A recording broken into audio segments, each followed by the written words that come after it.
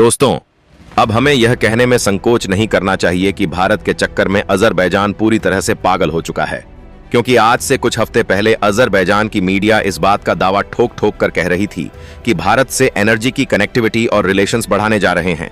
हालांकि इसका बड़ा कारण यह था कि एक भारी मात्रा में अजरबैजान से भारत में क्रूड ऑयल और नेचुरल गैस आती थी, और क्योंकि भारत इनके टोटल क्रूड ऑयल का 98% हिस्सा अकेले खरीदता था, इसलिए इन्हें उम्मीद थी कि भारत उनके साथ और भी ज्यादा एनर्जी सेक्टर में सहयोग बढ़ाएगा। लेकिन ऑपरेशन सिंदूर के बाद अजरबैजान के रवैया को देखते हुए यह हालात पूरी तरीके से बदल गए, क्योंकि भले ही अजरान ने डायरेक्टली तुर्की की तरह हथियारों को सप्लाई करके पाकिस्तान की मदद नहीं किया, लेकिन पाकिस्तान के साथ दोस्ती का खामियाजा उन्हें भुगतना पड़ा और भारत ने कई मामले में उनके साथ ट्रेड कमजोर करने के साथ साथ अजरान से तेल खरीदना बंद कर दिया, जिससे अजरबैजान इस तरीके से बौखलाया हुआ है कि वह भारत को धमकी देते फिर रहा है ताकि इनके बगल में मौजूद आर्मेनिया को भारत अपने ज्यादा आधुनिक हथियार ना दे। यानी कि भारत से जब अजरबैजान का धंधा बंद हो गया और इनका दिमाग फेल हो चुका है, तो यह भारत को ही सीख देने चले आए। लेकिन फिलहाल एक ओर तो सीख देने चले आए हैं, जबकि वहीं दूसरी ओर भारत आर्मेनिया को कई डिफेंस हथियारों की मैन्युफैक्चरिंग का लाइसेंस देने की तैयारी में है। तो चलिए पूरी डेवलपमेंट को समझने के साथ साथ अजरबैजान का पागलपन भी पूरी तरीके से समझते हैं। लेकिन आगे बढ़ने से पहले इस वीडियो को लाइक करके बीजी भास्कर चैनल को सब्सक्राइब जरूर कर लीजिए, क्योंकि आपके लिए तो 1 सेकंड का काम है, लेकिन इससे हमारी काफी बड़ी मदद होती है। दरअसल जैसा हमने आपको बताया कि अजरान भारत के चक्कर में बौखलाया हुआ है,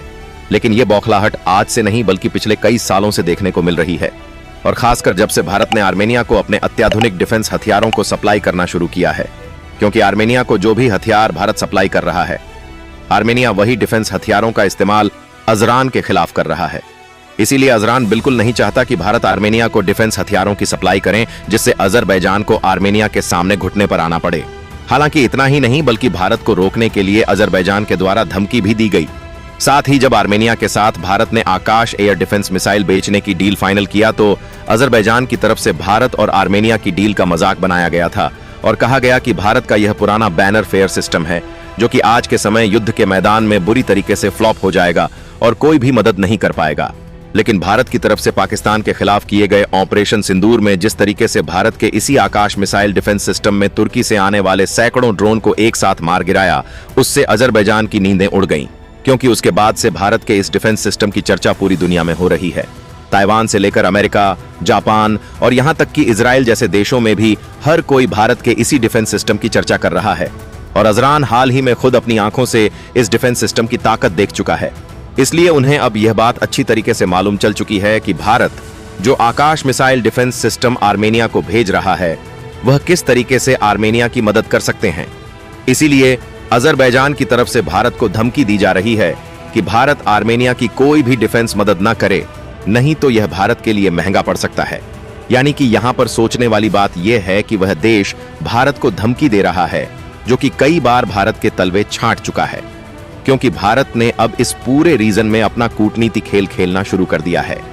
जिसमें भारत की मदद करने के लिए इजराइल, ईरान, ग्रीस और आर्मेनिया जैसे देश बढ़ चढ़कर आगे आ रहे हैं।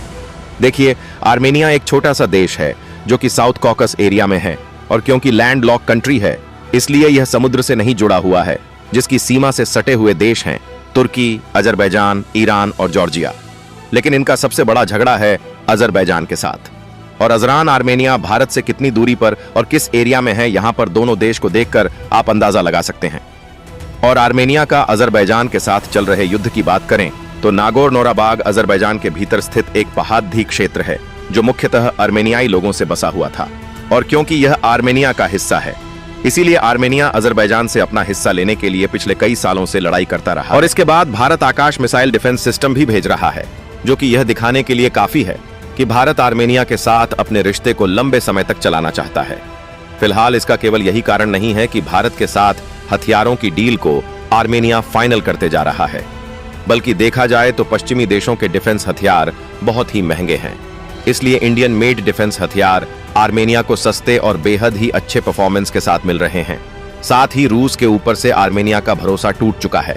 जहां यह भी एक बहुत बड़ा कारण है कि आर्मेनिया में भारतीय हथियारों का ही दबदबा चल रहा है। इसके अलावा यह कहने में संकोच नहीं करना चाहिए कि भारतीय हथियार असली लड़ाई में आजमाए गए हैं, जिसकी ताकत को न सिर्फ अजरबैजान ने देखा है, बल्कि दुनिया ने भी देखा है, जिसका एक्सपेरिमेंट शुरुआत में तो आर्मेनिया ने ही अजरबैजान के अगेंस्ट में किया था,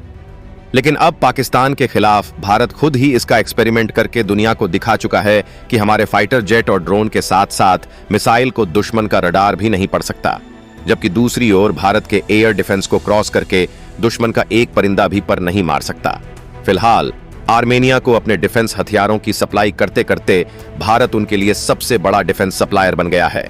लेकिन कमाल की बात देखिए कि यहीं पर नहीं बल्कि सदियों तक आर्मेनिया भारतीय डिफेंस हथियारों से जुड़ जाए। इसलिए भारत अब उनके साथ पार्टनरशिप में डिफेंस हथियारों के मैन्युफैक्चरिंग पर भी विचार कर रहा है, जिस बात का ऑफिशियल कंफर्मेशन तो नहीं है, लेकिन मीडिया रिपोर्ट्स इस बात का दावा ठोक रही है कि डिफेंस हथियारों का दबदबा आर्मेनिया में और भी ज्यादा बढ़ने के लिए भारत आर्मेनियाई डिफेंस कंपनियों को लाइसेंस देने पर भी विचार कर रहा है,